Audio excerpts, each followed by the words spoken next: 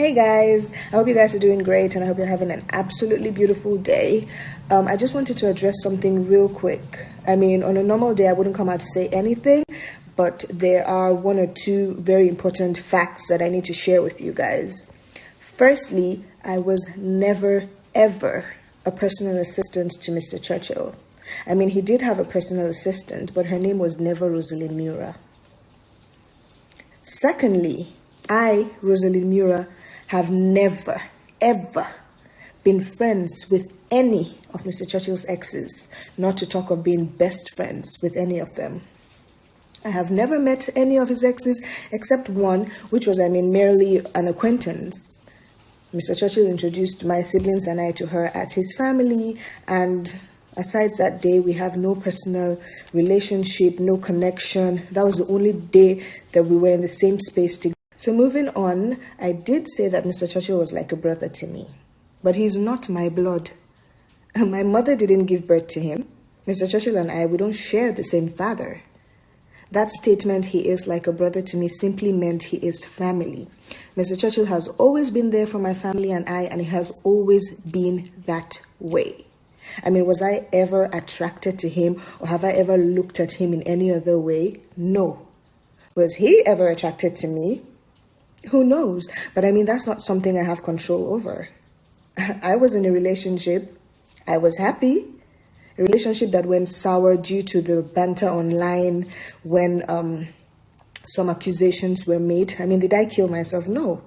I moved on. Life goes on. After Mr. Churchill got married, things were still the same. He was still there for my family and I. He would take my siblings and I out. I would invite friends, male, female. He never had a problem with it. We would have so much fun. And when it was time to work, we would work. I'm not a lazy youth. I have goals. I have aims. I have an ambition. I have things that I want to achieve in life. Mr. Churchill made that possible for me. He exposed me to a lot of opportunities and I am forever grateful. So when it came to work, it was always work.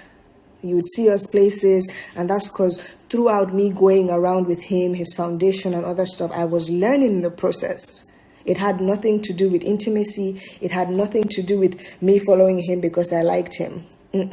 I did like him, but like I said, like a brother. Family.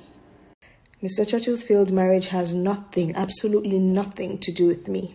The same way you guys read and heard online that I was the reason for his broken marriage was the same way I read and heard online that I was the reason for his broken marriage.